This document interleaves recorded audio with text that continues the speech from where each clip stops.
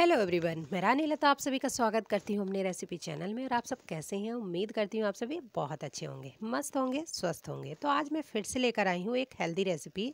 और ये रेसिपी मैं बनाने जा रही हूँ सर्दियों वाले पराठे। तो इन पराठों में मैं मिक्स करने जा रही हूँ 2-3 सब्जियाँ। तो फर्स्ट मैं दिखा रही हूँ कि मेरे पास ये मटर है, इनको मैंने अच्छे से उबाल लिया है और ये अच्छे से गल चुकी हैं। और साथ में है 2 मूली और 3 गाजर, साथ में 5 आलू।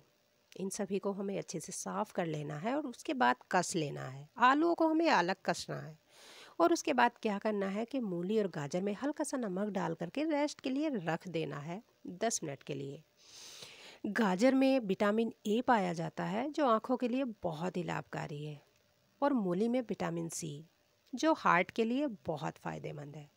तो इसलिए आप इन सभी सब्जियों को मिक्स करके बना सकते हैं एक पराठा।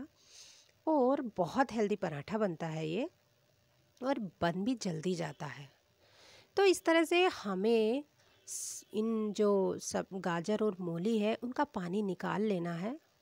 मतलब हाथों से भींच करके जो पानी होता है वो अच्छे से निकाल लेना है, और पानी हमें फेंकना नहीं है, एक कटोरी में रख लेना है। तो दोनों चीज़ों को मैंने इस तरह से कर लिया है। अब मैं आपको दिखा रही हूँ कि जो आलू मैंने कसे थे उनको भी मैंने 2-3 बार पानी में अच्छे से धुल करके साफ़ करके रखा है, क्योंकि इनमें बहुत स्टार्च होता है। तो इनको भी हमें कस के पानी में 2-3 बार नहीं, 4-5 बार हमें अच्छे से साफ़ करके धुलना है, जब तक कि इनका पानी अच्छे से साफ़ दिखाई ना देने लगे। आलूओं को भी हमने अच्छे से निचोड़ के रख दिया है। और अब हम इनका तड़का लगाने जा रहे हैं, इनको फ्राई करने जा रहे हैं। तो लो फ्लेम पर रख रही हूँ मैं कढ़ाई में सरसों का तेल डाल दिया है। और उसके बाद तेल को हमें गर्म करना है। उसके बाद मैं डाल रही हूँ 1 पिंच हींग, आधा चम्मच जीरा, 1 चम्मच धनिया पाउडर और अदरक और 1 हरी मिर्च का पेस्ट। और जब तड़का अच्छे से हो जाए तो फिर हमें इसमें डालना है ये सब्जियों को डालने के बाद हमें जो है इसके ऊपर से फिर मटर डालनी है जो हमने मैश कर ली है। तो मटर को हमने उबाल लिया था और फिर ये आसानी से मैश हो जाती है। तो गाजर, मूली और मटर का हम पराठा बनाने जा रहे हैं, बहुत टेस्टी होता है। अब मैं यहाँ पर डाल रही हूँ नमक। तो नमक आप अपने अकॉर्डिंग डालें, क्योंकि मैंने पहले भी इसमें नमक डाला है, तो मैं यहाँ पर नमक देखकर डाल रही हूँ। उसके बाद डाले हैं बहुत सारे मसाले। तो स्वाद के अनुसार नमक डालने के बाद डाल रही हूँ लाल मिर्च पाउडर, हल्दी पाउडर, अमचूर पाउडर, गरम मसाला।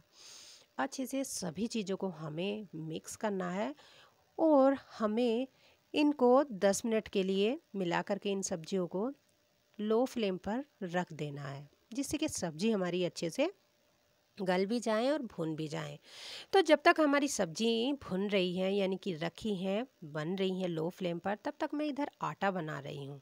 तो जो पानी हमारा मूली और गाजर में से निकला था उसको हमने आटे में लगा दिया। तो हल्का गुनगुने पानी से ही हमें सर्दियों में आटा मलाना चाहिए, क्योंकि आटा जो है ठंडे पानी से मलने से क्या होगा कि आटा जो है हमारा बहुत टाइट और खिंचा खिंचा रहेगा।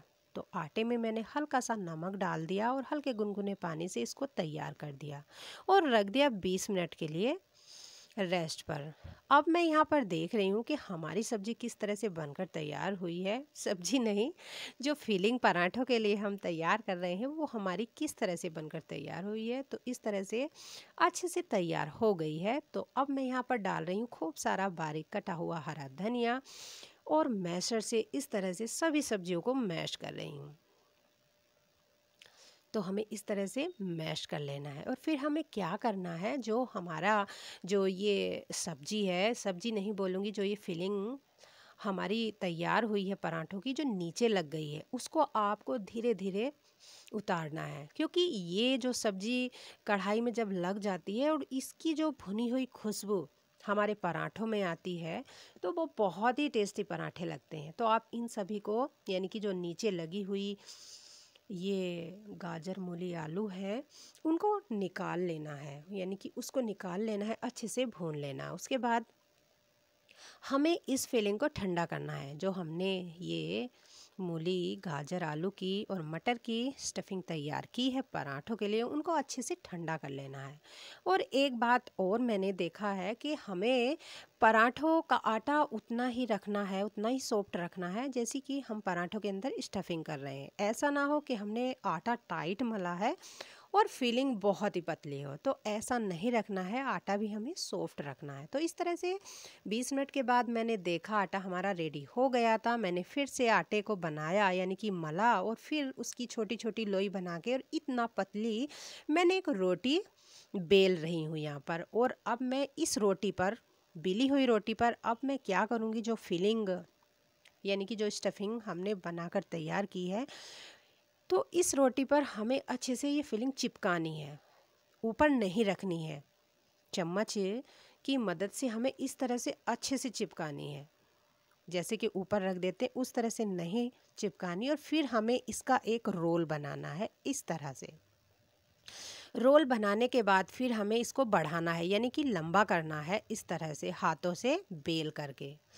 और फिर हमें इस तरह से इसको फोल्ड कर देना है। इस तरह से जब ये फोल्ड हो जाए तो हमें आटे में कोट करके हल्के हाथों से इस तरह से प्रेस करना है। और प्रेस करने के बाद फिर से हमें आटे में कोट करना है इसको। और फिर हमें बेलन की मदद से हल्के हल्के हाथों से इसको बेलना है। और हमें इसको बहुत ही पतला बेलना है, क्योंकि हमें पराठा बनाना है बहुत ही क्रिस्पी। तो ये लेयर वाला पराठा भी बन जाता है और बहुत क्रिस्पी भी बनता है, बहुत हेल्दी भी पराठा बनता है और बहुत ही टेस्टी पराठा बनता है।